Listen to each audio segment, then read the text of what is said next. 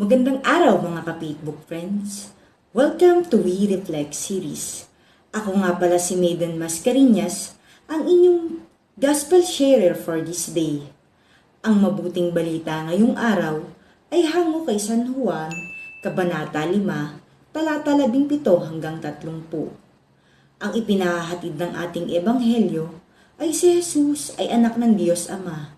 Kaya naman kung ano ang kanyang ginagawa ay refleksyon ng kagustuhan at kalooban ng Diyos. Kaya naman tayo ay magtiwala sa Kanya.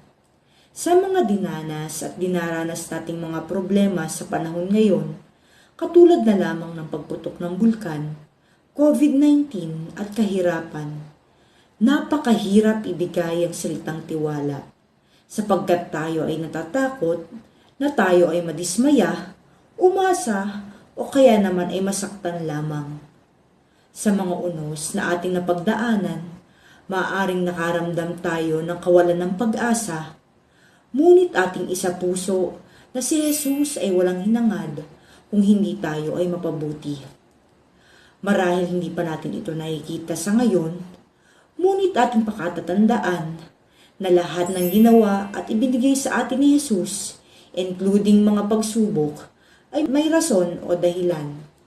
Maaaring tayo ay nasaktan upang tayo ay tumatag at matutong tumayo gamit ang sarili nating mga paa.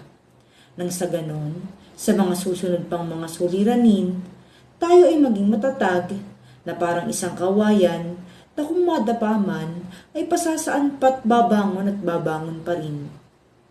Kaya naman tayo ay patuloy na magtiwala kay Jesus sapagkat ang kalooban niya ay siya ding kalooban ng Ama. Sinasabi sa mabuting balita, pakatandaan ninyo na walang magagawa ang anak sa kanyang sarili lamang. Ang nakikita niyang ginawa ng Ama ay siya lamang niyang ginagawa.